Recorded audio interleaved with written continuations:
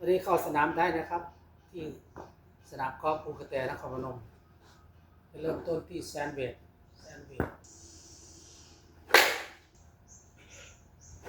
พิชชิ่งเวทไปเลข9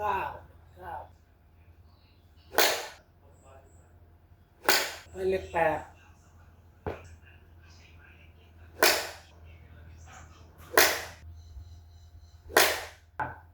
ส่งไปแล้วบอกว่า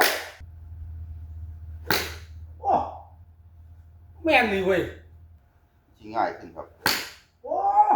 ลองเบิ้งโอ้เว้ย